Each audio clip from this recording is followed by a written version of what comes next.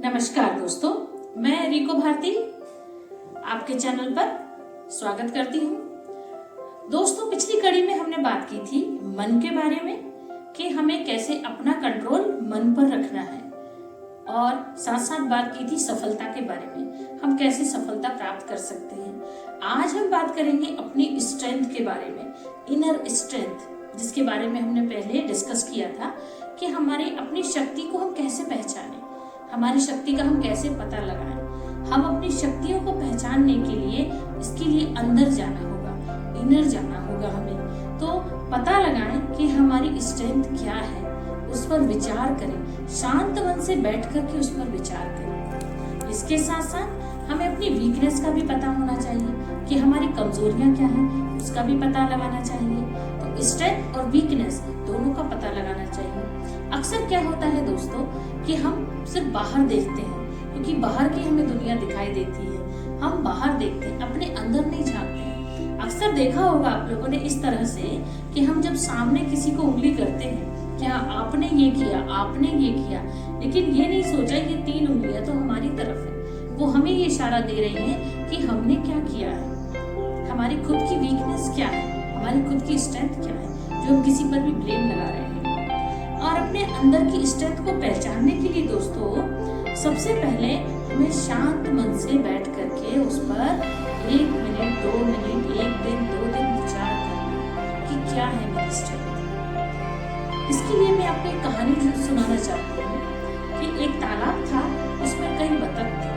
कई बतख घूमते थे, साथ साथ खेलते थे, लेकिन एक जो बतख था वो बहुत ही अलग था, डिफरेंट था।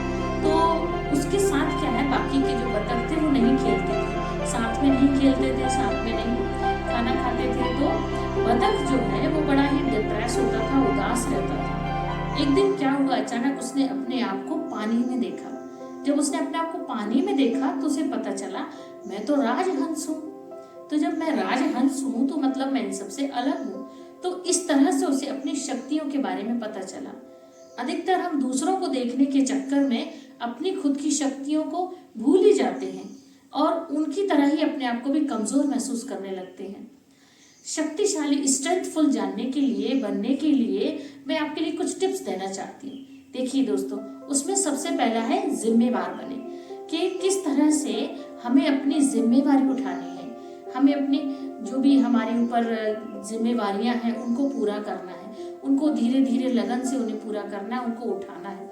इससे हमें अपनी अंदर की स्ट्रेंथ का पता चलेगा। दूसरा, हमें तन से शक्तिशाली तो होना चाहिए। आज उसके लिए सभी लोग बहुत कोशिश कर रहे हैं कि हम जिम जाते हैं, योगा करते हैं, मेडिटेशन करते हैं, लेकिन हमें मन से शक्तिशाली होना चाहिए। मन हमारा कितना पावरफुल है ये जब ही पता चलेगा जब हम अपने अंदर झांकेंगे।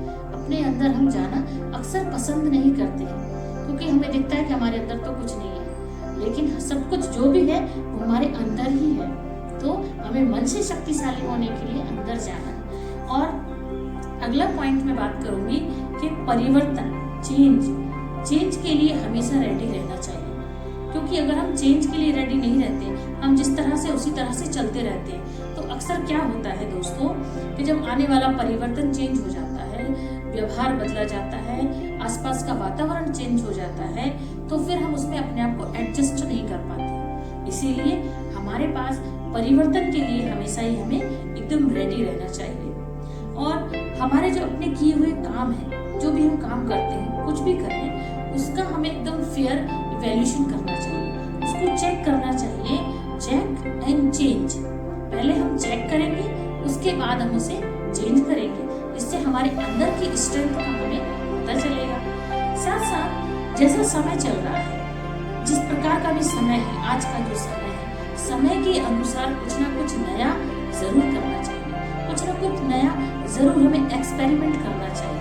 क्योंकि अगर हम नया नहीं करेंगे, पुराने को ही करते रहेंगे, तो पुराना जो है देख देख के वो बोर होगा। इसलिए हमें नया करने की बहुत ज्यादा जरूरत है। साथ में सिचुएशंस मेक्स यूर स्ट्रेंथ, जो भी परिस्थिति आती है, जो भी चुनौतियां आती हैं, वो हमें हमेशा ही स्ट्रेंथफुल बनाती हैं, ताकतवर बनाती हैं। इसके साथ में एक पॉइंट और बताना चाहूंगी कि हमें कम समय में ज्यादा काम करने की कला आनी चाहिए। The art of more work in a less time, ये कला हमारे पास जरूर होनी चाहिए, क्योंकि अगर हम ज्यादा समय लेते हैं, काम थोड़ा सा भी है, फिर भी हमने ज्यादा समय लगाने के बाद ही उसको किया है, तो फिर हमारे काम की वैल्यू नहीं रहती है, क्योंकि अक्सर वो काम करके दूसरे लोग निकल जाते हैं। इसलिए इस बात पर भी विशेष ध्यान देना है।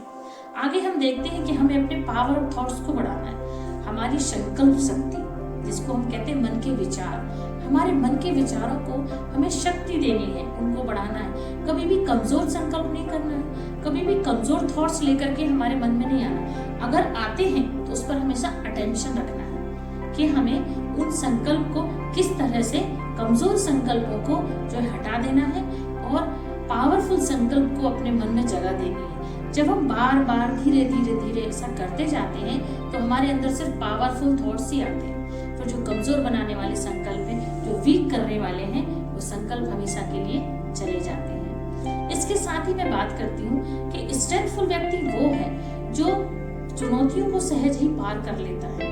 जो भी उसके सामने सिचुएशंस आती हैं, परिस्थितियां आती हैं, उनको सहज ही क्रॉस कर लेता है। इसके साथ ही अगर हमें अपनी स्ट्रेंथ को बढ़ाना है तो हमें इसका इंचार्ज मेरे अलावा और कोई नहीं है। अगर मुझे अपनी पावर ऑफ थॉट्स को बढ़ाना है, मुझे अगर अपनी सफलता प्राप्त करनी है, मुझे अपने आप को स्ट्रेंथफुल बनाना है, तो इसका इंचार्ज सिर्फ और सिर्फ मैं और कोई भी नहीं है। इसके साथ साथ दोस्तों, मैं 2 लाइनें आखिरी में आपके सामने कहना चाहूंगी कि सोच में ये ना रखें कि मुझे रास्ता अच्छा मिल जाए।